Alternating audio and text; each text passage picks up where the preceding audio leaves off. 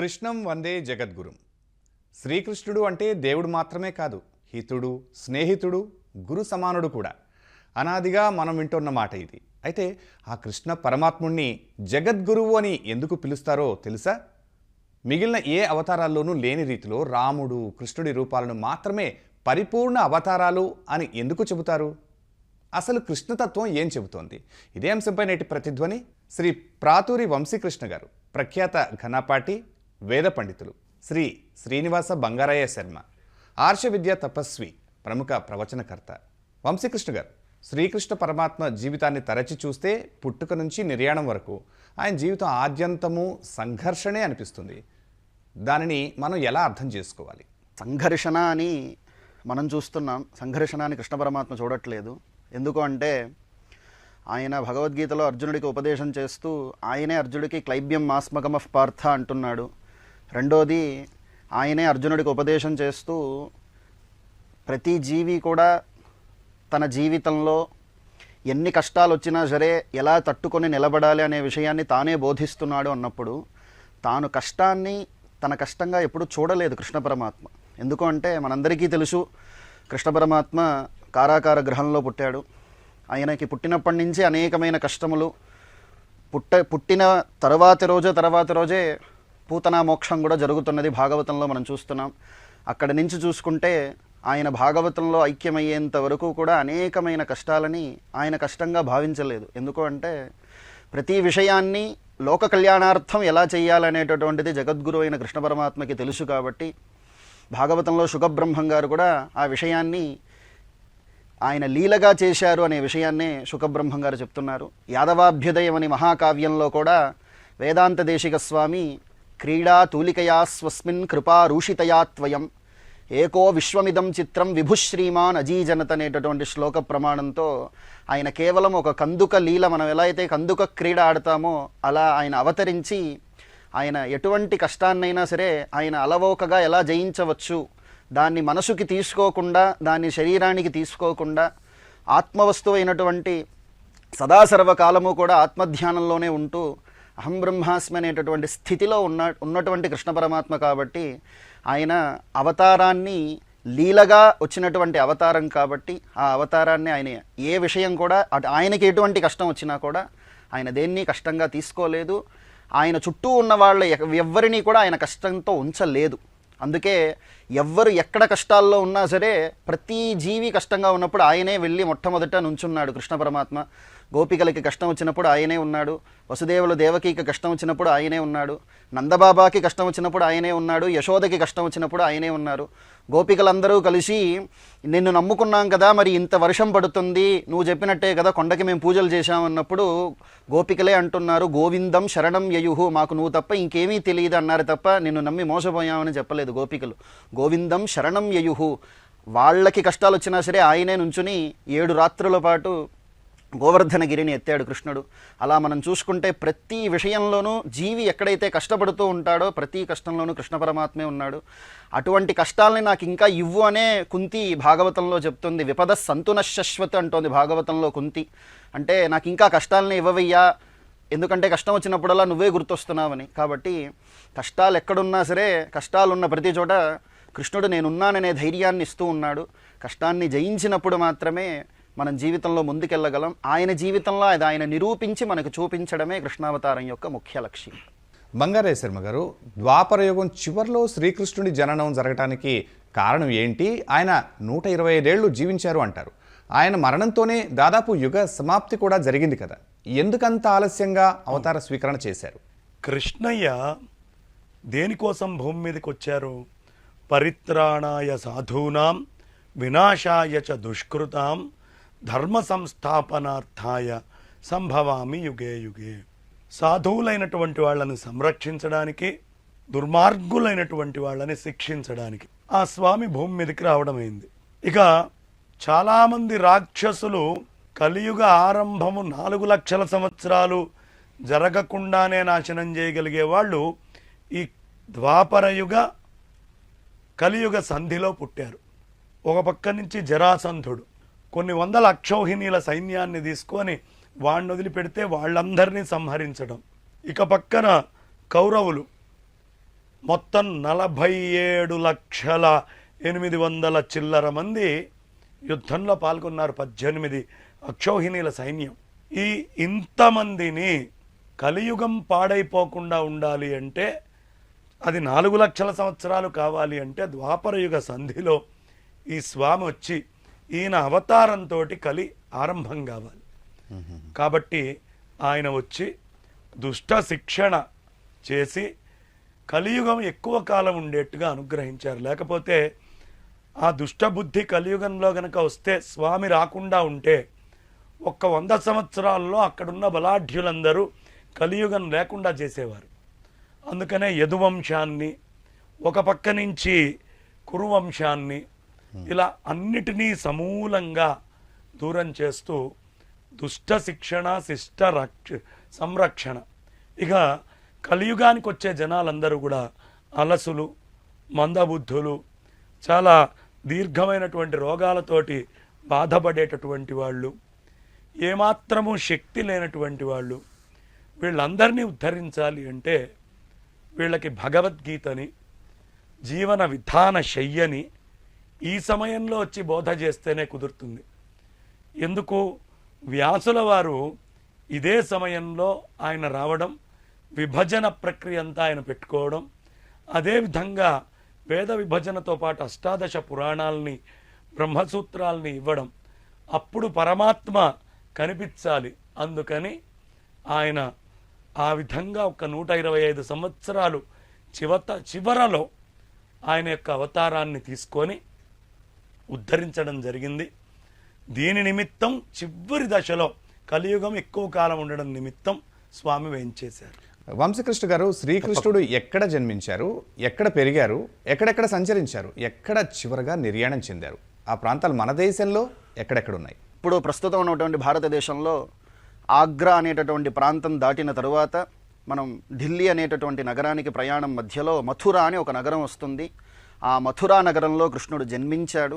మథురా నగరానికే సమీపంలో ఉండేటటువంటి గోకులంలో కొంతకాలం ఆయన అక్కడ ఉండేవాడు. గోకులానికి, బృందావనానికి తరచూ వాళ్ళందరూ వెళ్ళొస్తూనే ఉండేవారు. ఎందుకంటే గోకులంలో అనేకమైన లీలలు చేశాడు కృష్ణుడు. ఆయన మట్టి తిన్నటువంటి ప్రాంతం ఇప్పటికీ అక్కడే ఉన్నది. ఆయన బృందావనంలోనే చాలా కాలం నివసించారు. ఆయన ఇంకెక్కడికి వెళ్ళలేదు. ఎందుకంటే మన మనస్సుకే బృందావనం అని పేరు.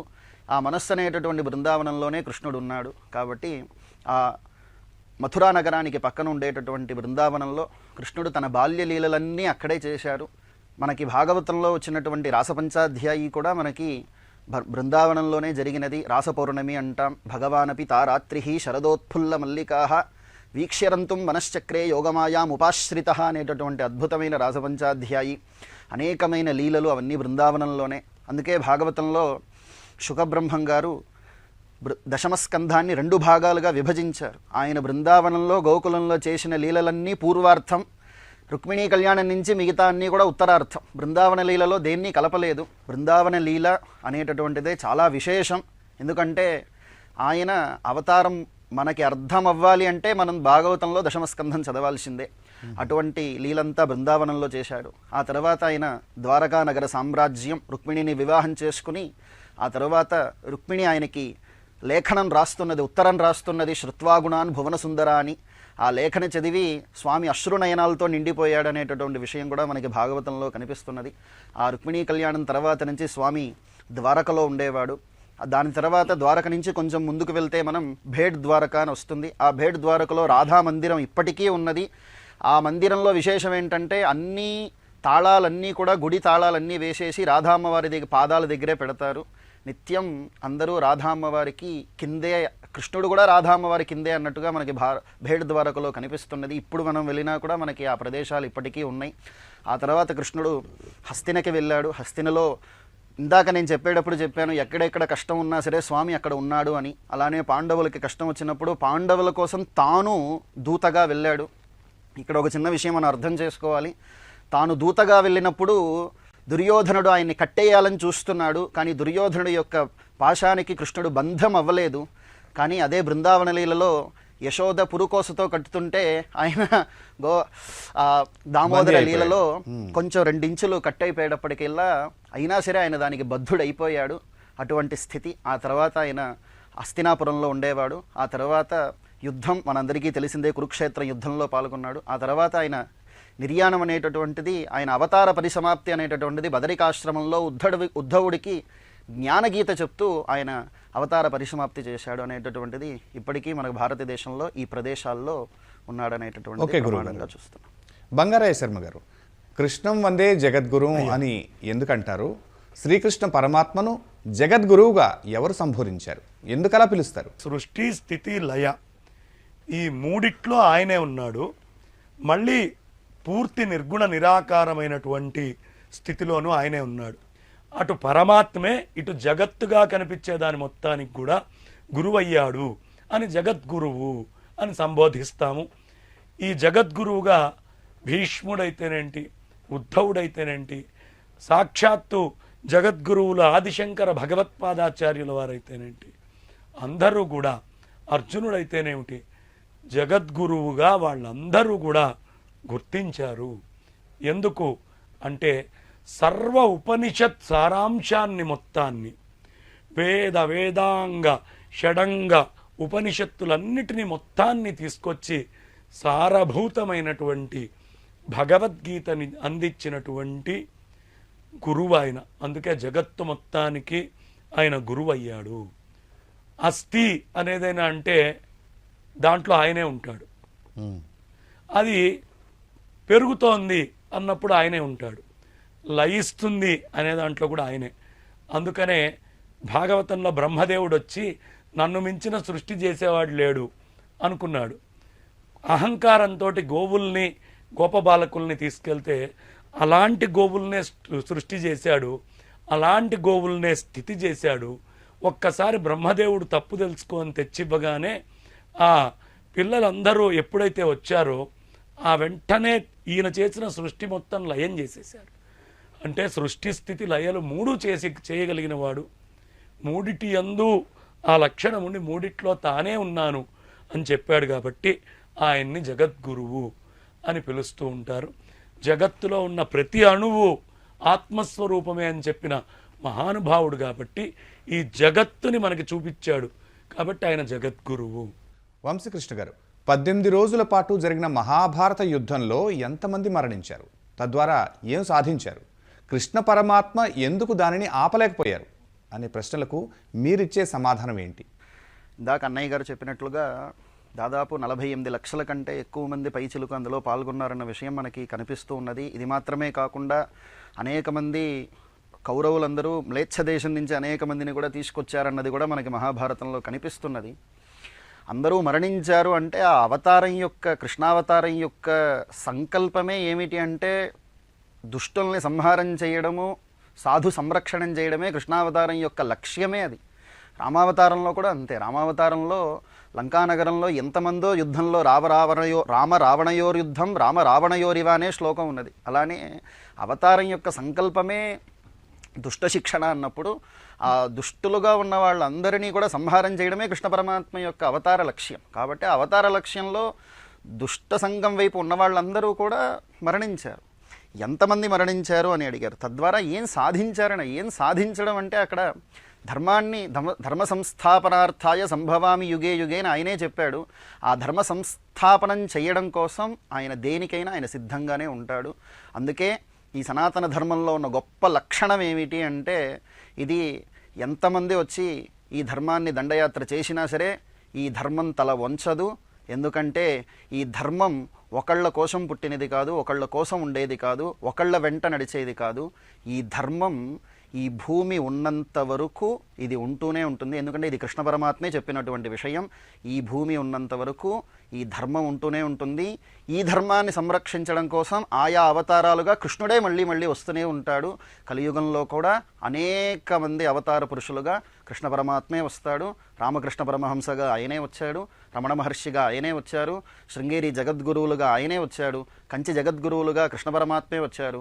మనం అవతార పురుషులను ఎవరెవరిగా చూస్తున్నామో అందరిగా ఆయనే ముందే హింట్ ఇచ్చేశాడు భగవద్గీతలో, సంభవామి యుగే యుగే. అక్కడ యుగం అన్న పదానికి అర్థం ఏమిటి అంటే ఆ ధర్మం నశించిన ప్రతి సమయంలో కూడా కృష్ణ పరమాత్మ అవతరిస్తూనే ఉంటాడు ఆయా రూపాలుగా. ఇంకో చిన్న విషయం మనందరం తెలుసుకోవాలి. కృష్ణుడు మనల్ని అనుగ్రహించడానికి ఆయన కూడా ఒక మనిషిగా వచ్చి మనల్ని అనుగ్రహించి వెళ్తాడు. కాబట్టి కృష్ణ పరమాత్మ యొక్క సందేశం ఏమిటి అంటే, మనిషిని మనిషిగా చూడు, మనిషిలో ఉన్నటువంటి తత్వాన్ని తెలుసుకోవడానికి ప్రయత్నం చేయి. మనిషి ఏం చేయాలి అంటే, మనిషి ధర్మం వైపు నడక వేయాలి. ఆ ధర్మం సనాతన ధర్మమే నేర్పిస్తున్నది కాబట్టి, ఆ ధర్మ మార్గం సనాతన ధర్మంలోనే ఉన్నది కాబట్టి, సనాతన ధర్మమే కృష్ణుడి యొక్క లక్ష్యం. అందులో ఎందుకు ఆయన ఆపలేకపోయారన్నాడు. ఆయనే దాన్ని మొదలుపెట్టింది, ఇంకా ఆయన ఎలా ఆపుతారు? కాబట్టి ఆయన సంహారం చేయడమే ఆయన లక్ష్యం. ఎందుకంటే ధర్మ సంరక్షణార్థం. ఆ ధర్మ సంరక్షణార్థం ఎంతమంది రాక్షసులు వచ్చినా సరే, ఎంతమంది ఎలా వచ్చినా సరే, ధర్మాన్ని స్థాపించడం కోసం కృష్ణ పరమాత్మ ఎక్కడ ఆగడు, ఆయన ఎక్కడ తగ్గడు. అదే ఆయన లక్ష్యం. బంగారయ్య శర్మ గారు, భగవద్గీత అనేది ద్వాపర యుగంలో కురుక్షేత్ర మహాసంగ్రామం ప్రారంభ సమయంలో నిస్పృహకు లోనైన అర్జునుడిని కార్యోన్ముఖుడిని చేయటం కోసం కృష్ణ పరమాత్మ గీతా బోధన చేశారు. కలియుగంలో ఇప్పుడు దాని అవసరం ఏంటి? చక్కటి ప్రశ్న అండి. అసలు ఆయన చెప్పిందే ఈ భగవద్గీత అంతా కలియుగం కోసం. ఈ బుద్ధి చాలా పల్చనైపోయి, చాలా బలహీనతలకు లోబడి, ప్రతి చిన్నదానికి కంగారు పడిపోయి, ఇంత చిన్న విషయం కనిపిస్తే చాలు దేవుడు నన్ను పరీక్షిస్తున్నాడు, బస్టాప్లో నిల్చున్నవాడు 5 నిమిషాలు బస్సు ఆలస్యంగా వస్తే దేవుడు పరీక్షిస్తున్నాడు అనేటటువంటి స్థాయిలో ఉన్నటువంటి రోజుల్లో నీ బుద్ధిని పరిపక్వత చేసుకొని, ఏ స్థితి నీ ముందు వచ్చినా భీతి చెందకుండా ధైర్యంగా ఎలా ఉండాలి, మనస్సుని నియంత్రణ ఎలా చేసుకోవాలి, ఈ అంశాలన్నీ కూడా, మనకి విషాదం వచ్చినప్పుడు ఎలా ఉండాలి. ఇప్పుడు నాయన శీతము ఉష్ణము 2 ఉన్నాయి. ఈ 2 స్థితుల్లో మనస్సును ఎట్లా నిలబెట్టుకోవాలి. లేదు, ఒకప్పుడు రాగం వస్తుంది మనకి, అతి ప్రేమతోటి చచ్చిపోతారు చాలామంది. వాళ్ళు ఏం చేస్తున్నారో అర్థం కాకుండా బలహీనలు అవుతారు. అతి ద్వేషముతోటి చాలా ఎక్కడ లేనటువంటి కోపం, పక్కవాడేదో అన్నాడు అనే అవమానం, పక్కవాడు నన్ను పొగిడాడు అనే ఆనందం, ఇలాంటి స్థితులన్నిట్లో సమంగా నీ బుద్ధిని ఉంచుకో. అనవసరంగా ఎగిరెగిరి పడుక్కో, అనవసరంగా అధఃపాతాళానికి వెళ్ళకు. భగవద్గీతలో కృష్ణ పరమాత్మ చాలా చక్కగా చెప్తారు. మనిషి యొక్క మనస్సుని ఎలా నియంత్రించుకోవాలి అనేది భగవద్గీత చదవని వాడికి, ఇవాళ మీరు ప్రపంచంలో ఏ గ్రంథం తీసుకున్నా, ఏ పర్సనాలిటీ డెవలప్మెంట్ బుక్ తీసుకున్నా, ఆ అన్ని పుస్తకాల్లో భగవద్గీతలో లేని ఒక్క అక్షరాన్ని, ఒక్క అర్థాన్ని మనం చూపించలేము. సమగ్రమైనటువంటి మానసిక శాస్త్రాన్ని ఆ స్వామి మనకు అందించి, నీ మనస్సుతో నాయన నువ్వు పరమాత్మవి కావచ్చు, లేదు ఇదే మనస్సుతో పతితుడివి కావచ్చు అని ఈరోజు ఈ కాలం ఉన్న వాళ్ళకి, అందుకనే శంకరాచార్యుల వారు భగవద్గీత కించిదధీత, కొంచెమైనా భగవద్గీత చదవండి అయ్యా, తరిస్తారు మీరు అని చెప్పారు. కాబట్టి భగవద్గీత అనేటటువంటిది ఆ రోజు అర్జునుడికి ఉపయోగపడ్డదానికంటే కూడా కొన్ని లక్షల రెట్లు ఇవాళ ఉన్నటువంటి ఈ భూమి మీద ప్రజానీకానికి అవసరము. ఐన్స్టీన్ లాంటి వాళ్ళు కూడా భగవద్గీతను చదివి ప్రేరణ పొందామని చెప్పారు. కాబట్టి అంతటి మహత్ గ్రంథం ఇది. వంశీకృష్ణ గారు, కర్మలను ఆచరించటందే నీకు అధికారం ఉంది, వాటి ఫలితం మీద లేదు అనే బోధను చాలామంది తప్పుగా అన్వయించుకుంటూ ఉంటారు. అసలు దాని అర్థం ఏంటి? ఎవరి వర్ణాశ్రమ ధర్మాల యొక్క కర్మలని వాళ్ళు ఆశ్రయిస్తూ, ఆ ధర్మముల్ని వాళ్ళు పాటిస్తూ ఉండడమే ఈ లోకం యొక్క శ్రేయస్సు. అదే ఆయన చెప్పినటువంటి కర్మ విషయం. ఎందుకు అంటే ప్రతి మనిషికి కూడా ధర్మం నియమించబడినది. ఆ ధర్మాన్ని ఆచరించడమే, ఆ ధర్మాన్ని సరైన రీతిలో ఆచరించడమే కర్మ. ఆ కర్మకి ఆయనే ఫలితాన్ని ఇస్తున్నాడు అనేటటువంటి విషయాన్ని మనకి భగవద్గీతలో కూడా ఆయన సుస్పష్టంగా చెప్పడం జరిగినది. కాబట్టి కర్మని ఆచరించడం అంటే ఏంటంటే, నీకిచ్చినటువంటి పనిని నువ్వు శ్రద్ధగా చెయ్యి, అంతే తప్ప ఈ పని వల్ల నాకేమొస్తుంది, లేదా ఈ పనిని నేను ఇంకా తొందరగా చేయాలంటే ఎంతమందిని వెనక్కి లాగేసి ఈ పనికి నేను ముందుకు వెళ్ళొచ్చు, ఇట్లాంటి విషయాలు కాకుండా ఒక మనిషిని సంబంధం లేకుండా నీకు ఇచ్చినటువంటి పనిని నువ్వు చేయడమే నీ కర్తవ్యం. రెండో విషయం, ఇందులో ఇంకో చిన్న సూక్ష్మార్థం కూడా ఉన్నది. ఏమిటి అంటే, అది కూడా ఆయనే కృష్ణుడు భగవద్గీతలో చెప్పేశాడు. ఏమిటి అంటే, కర్మ యొక్క పుట్టుక స్థానం మనస్సు. ఆ కర్మ అంటే ఏంటంటే ఒక మనిషి బాగుండాలని నేను అనుకోవాలంటే నా మనసులో ఆలోచన రావాలి.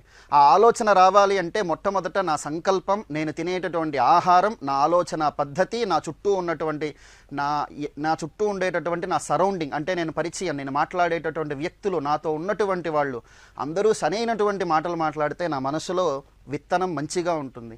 నా చుట్టూ ఉన్న ప్రాంతాలన్నిటినీ నేను ఒకవేళ సరిగ్గా లేకపోయినా నేను మార్చగలగాలి. అంటే మనస్సులో ఉన్నటువంటి విత్తనం ఏదైతే ఉంటుందో ఆ విత్తనం ఎప్పుడూ కూడా ధర్మబద్ధంగా ఉండాలి.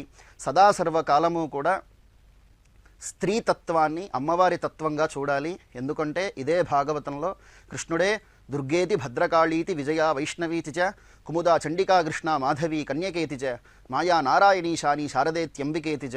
నువ్వు చేసే ప్రతి కర్మకి అమ్మవారు నిన్ను చూస్తూనే ఉన్నది అనేటటువంటి విషయం భాగవతంలో కనిపిస్తున్నది. దేవీ భాగవతంలో కూడా అమ్మవారు ఇదే విషయాన్ని చెప్తుంది.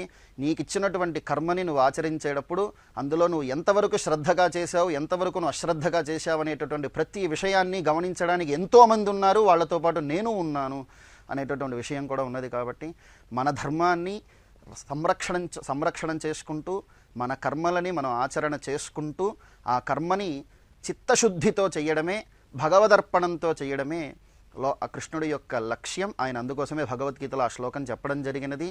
కర్మని ఆచరించు, ఫలితాన్ని నేనే నీకు ఇస్తున్నాను. ఎలా ఇస్తున్నానంటే కాల రూపంలో ఇస్తాను, వెంటనే వచ్చేది కాదు కర్మకి. ఎందుకంటే అపూర్వం అని పేరు దానికి మీమాంసా శాస్త్రంలో. కాబట్టి ఆ అపూర్వం అనేటటువంటిది సరి అయినటువంటి కాలంలోనే, ఆ కాలమే నీకు ఆ ఫలితాన్ని ఇస్తున్నది అనేటటువంటి విషయం భగవద్గీతలో ఆయన సుస్పష్టంగా చెప్పాడు. కాబట్టి ఇప్పుడే ఇదిగో వెంటనే మంచినీళ్ళు తాగాను సార్, వెంటనే ఇప్పుడే ప్రతి రియాక్షన్ కూడా ప్రతి దానికి లేటుగానే వస్తుంది. కాబట్టి వెంటనే కర్మ చేసిన వెంటనే ఫలితం రాదు. దేనికి కర్మ చేసిన వెంటనే దాన్ని మనం భగవదర్పణంతో చేస్తున్నామా, కామ్యార్థ బుద్ధితో చేస్తున్నామా, ఎలా చేస్తున్నాం అన్నదానికి చాలా విషయములు ఉన్నాయి. ఇంకొకడు బాగుపడకూడదని చేసేవాళ్ళు కూడా ఉన్నారు. అలా చెయ్యడం అలా చేస్తే ఏమవుతుంది, మళ్ళీ అది మనకి తిరిగి వస్తున్నది. కాబట్టి అందరూ బాగుండాలని కోరుకోవడమే కర్మ యొక్క లక్షణం. మన కర్మని మనం స్వధర్మగా నిష్ఠతో మన పని మీద మనం శ్రద్ధతో చేయడమే మానవ ధర్మం యొక్క ఉత్తమ లక్ష్యం. బంగారాయ శర్మ గారు, శ్రీకృష్ణుడి జీవితం నుంచి మనం అందరం కూడా ఏం నేర్చుకోవాలి? ఈ కలియుగంలో కలిదోషాల నుంచి తప్పించుకోవాలంటే మీరిచ్చే సూచనలు ఏంటి? బాల్యం నుంచి ఆయన చేసేటటువంటి ఒక్కొక్క లీల మనకు ఒక్కొక్క విషయాన్ని తెలియపరుస్తూ ఉంటుంది. నీకెవరైనా కొంచెం చేశారా? రామావతారంలో వానరాలు ఆయనకి సహాయం చేశాయని, కృష్ణావతారంలో ఆయన వెన్న గోపబాలకులతో పాటు వానరాలకు కూడా పెడుతూ ఉండేవాడు. అంటే ఎప్పుడైనా సరే నీకు కొంచెం చేసిన వాళ్ళకి నువ్వు ఎలా చెయ్యాలి. ఇక కలిబాధల నుంచి మనం బయటికి రావాలి అంటే కలౌ నామ సంకీర్తనం. ఈ కలియుగంలో చక్కగా మనం రామ, నృసింహ అంటూ మనం తలుచుకుంటూ ఆ స్వామిని నిరంతరం ప్రార్థన చేస్తూ త్యాగరాయస్వామి వారు చెప్పినట్టు స్మరణము మరవకురా, నామస్మరణము మరవకురా, భగవన్ నామస్మరణము మరవకురా. మొత్తం భగవద్గీత సారాంశం ఏమిటి అంటే కర్మ అనేటటువంటిది మిథ్య. ఎప్పుడు కర్మ ఏదో జరుగుతున్నట్టు నీకు కనిపిస్తుంది, జరుగుతున్న కర్మలో ఉన్న పరమాత్మని నువ్వు ఎప్పుడు తెలుసుకుంటావో, ఫలం మీదకి నువ్వు దృష్టి పెట్టకుండా కర్మనాచరణ కర్మణ్యేవాధికారస్తే మా ఫలేషు కథాచన అని స్వామి చెప్పినటువంటి మాట యొక్క అర్థము మనం నేర్చుకొని ముందరికి వెళ్ళాలి. కృష్ణావతారం నుంచి ఇంకా గొప్ప విషయం ఆయన జీవితంలో మనకి నేర్చుకోవాల్సింది రెండు వదిలిపెట్టమంటాడు. అహం, ఈ అహం అనేది అయితే నా స్వరూపంగా చూడండి, ఆత్మస్వరూపంగా. నీదనుకుంటున్నావా, వదిలేసాయి, అది అబద్ధం. కాబట్టి కర్మ అనేటటువంటిది తాత్కాలికంగా సత్యంగా గోచరిస్తుంది, కానీ ఆ కర్మల వల్ల నేను నీకు దొరకను. కానీ కర్మల వల్ల నీకు చిత్తశుద్ధి వస్తుంది. ఆ చిత్తశుద్ధి వల్ల నేను నీ హృదయంలో కూర్చుంటాను. నీ హృదయంలో కూర్చోవడానికి యోగ్యమైన సత్కర్మల్ని నువ్వు ఆచరించు అని చెబుతూ అంతకంటే ఓ మెట్టు పైకి వేయమని చెప్తారు కృష్ణయ్య. సర్వధర్మాన్ పరిత్యజ్య మామేకం శరణం వ్రజ అహం త్వా సర్వపాపేభ్యో మోక్షయిష్యామి మా శుచః. నువ్వు అన్ని ధర్మాలని లెక్క చేయకు, మొత్తం పక్కన పెట్టు. నన్నొక్కడనే శరణుజొచ్చు. ఎందుకు? ప్రతి ధర్మములో ప్రతి కర్మలో నేను తప్ప ఇంకోటి ఉండే అవకాశం లేదు. విశ్వమంతా నేను నిండి ఉన్నా. అందుకనే విష్ణు సహస్రనామాల్లో భీష్ముల వారు మొట్టమొదటి శబ్దమే విశ్వం అని మొదలు పెడతారు. విశ్వం అర్థమైతే ఇంకేముందండి? కాబట్టి విశ్వం అంటే పరమాత్మ అంతటా ఉన్నాడు. అజ్ఞానవశాన నువ్వు దేన్ని చూస్తున్నావో అవన్నీ పరిత్యజించు, అవన్నీ ధర్మాలే. ఆ చూసే అన్నిట్లో ఎలా పరిత్యజించాలి? ఉన్నది పరమాత్మే, ఇంకేం లేదు అని నువ్వెప్పుడు పరిత్యజిస్తావో, ఎప్పుడు దుష్ట శిక్షణ, తప్పుకి భయపడకుండా, ప్రాణానికి లెక్క చేయకుండా ధైర్యంగా నిల్చో అనేది ఆయన సందేశం. భయం ఎప్పుడూ పనికిరాదు, నిర్భయంగా జీవించు, తప్పు చేయకు అని ప్రతి విషయాన్ని కూలంకషంగా కృష్ణ పరమాత్మ చెప్పినంత గొప్పగా ఎవరు చెప్పలేదు. ఆ కృష్ణ పరమాత్మని ధ్యానం చేసి ఆయన్ని తలుచుకుంటే ఎప్పుడు ఆయనే మన మనస్సులో ఉండాలి. నువ్వు రాగంతో ఆయన్ని తలుచుకో, బంధుత్వంతో ఆయన్ని తలుచుకో, క్రోధం ద్వేషంతో తలుచుకో, లేదు విరహంతో తలుచుకో. నువ్వు ఏ విధంగా తలుచుకున్నా ఆయన నిన్ను అనుగ్రహిస్తాడు. ఇదే కృష్ణ పరమాత్మ యొక్క జీవితంలో నుంచి మనం తెలుసుకోవాల్సింది. ఎప్పుడు ఆయన చుట్టే మనం తిరుగుతూ ఉండాలి. చాలా సుస్పష్టంగా మా ప్రేక్షకులకు వివరించారు బంగారాయ శర్మ గారు, వంశీకృష్ణ గారు. ఇది నేటి ప్రతిధ్వని. నమస్కారం.